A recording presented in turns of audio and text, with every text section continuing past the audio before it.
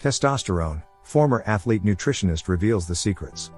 I am a former bodybuilding athlete, and in this video I want to tell you all the functional techniques to help you increase your testosterone. I will also give you a series of practical tips that will allow you to improve the production of your male hormone. Follow this video carefully until the end, because every element that I will analyze could be the one that will make the difference for you. Subscribe to this channel so you can help me grow it, and in this way you will always have more high quality videos. Also like this video so we can spread it more. After 30 to 35 years of age, sometimes even earlier, testosterone has a natural physiological decline called andropause. What are the symptoms of a sudden drop in testosterone? Certainly fatigue, decreased sexual desire, increased fat, and sometimes even depression. If you think you have these symptoms, I strongly advise you to watch my video on how to increase testosterone and the title, where I explain what control and prevention tests you could take to then evaluate them with your endocrinologist.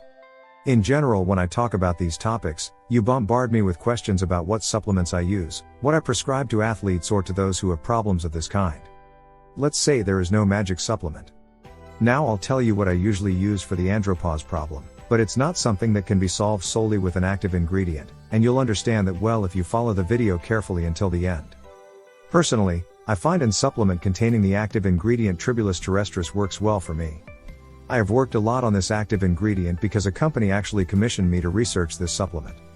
I'll tell you right away that the studies are not all in agreement, but as far as my personal experience and the experience of many of my patients, including athletes who have used it, I can tell you that the responses have always been quite good, especially in terms of libido. My conclusions were that the best result is obtained by combining Tribulus terrestris with zinc, magnesium and acetyl L-carnitine. However, be careful. For Tribulus it is essential that the saponin titration, which is the active ingredient, is at least 90%. Below this value, the effectiveness becomes very low. When it comes to virility and sexuality, there are still many taboos, and sometimes people do nothing to improve their condition.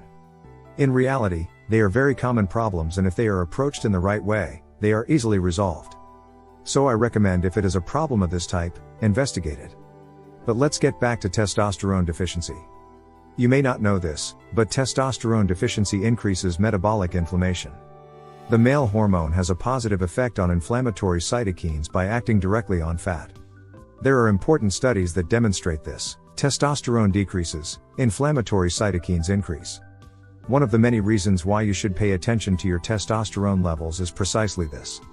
So what should you do? Certainly analysis, investigation, etc.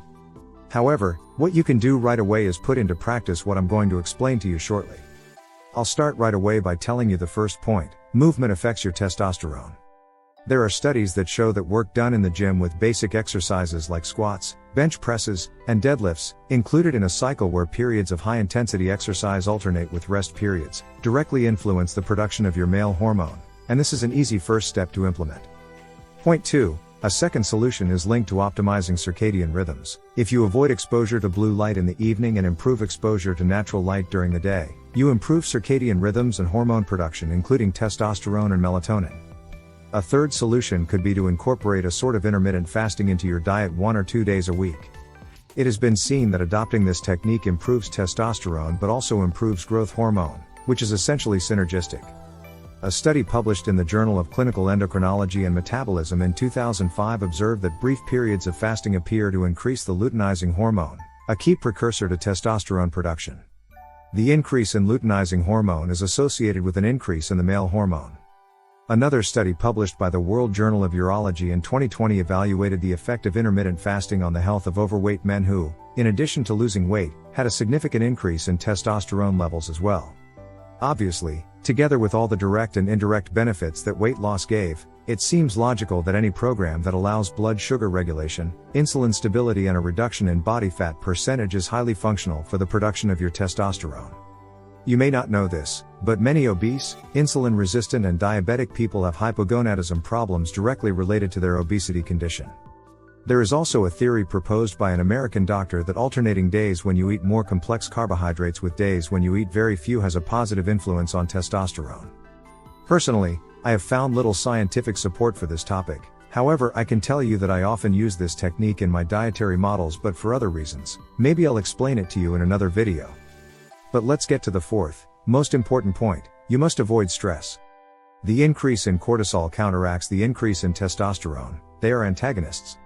So if you are extremely stressed and have the symptoms I listed earlier, you need to put a brake on it, regain control of your life, otherwise your male hormone will decrease and you will always perform less even at work, you will obviously always be more stressed. In this case, practices such as meditation, mindfulness, deep breathing or the 4-7-8 breathing technique can help. Go see why I made a short video on YouTube about this type of breathing. Cognitive behavioral therapy can also be helpful. So let's get to diet and supplementation now. Certainly a diet with a good percentage of protein evenly distributed throughout the day, always combined with anaerobic lactic exercise, therefore gym and weights, is highly functional for the production of your testosterone. Proteins such as those from isolated whey are functional for this purpose. As for carbohydrates, you can evaluate an alternation of glycemic loads as I already explained to you before, but overall I would never go above 35% of total calories. For supplements, I have already explained my thoughts before. Obviously you must avoid alcohol and drugs, even moderate alcohol consumption can influence your testosterone. In conclusion, if you think you have problems related to a drop in the male hormone, you obviously need to get tested, but you certainly won't go wrong by immediately putting into practice the advice I have given you so far because, in addition to directly affecting the male hormone, they sort of prevent a whole series of situations that would compromise the quality of your future and current life.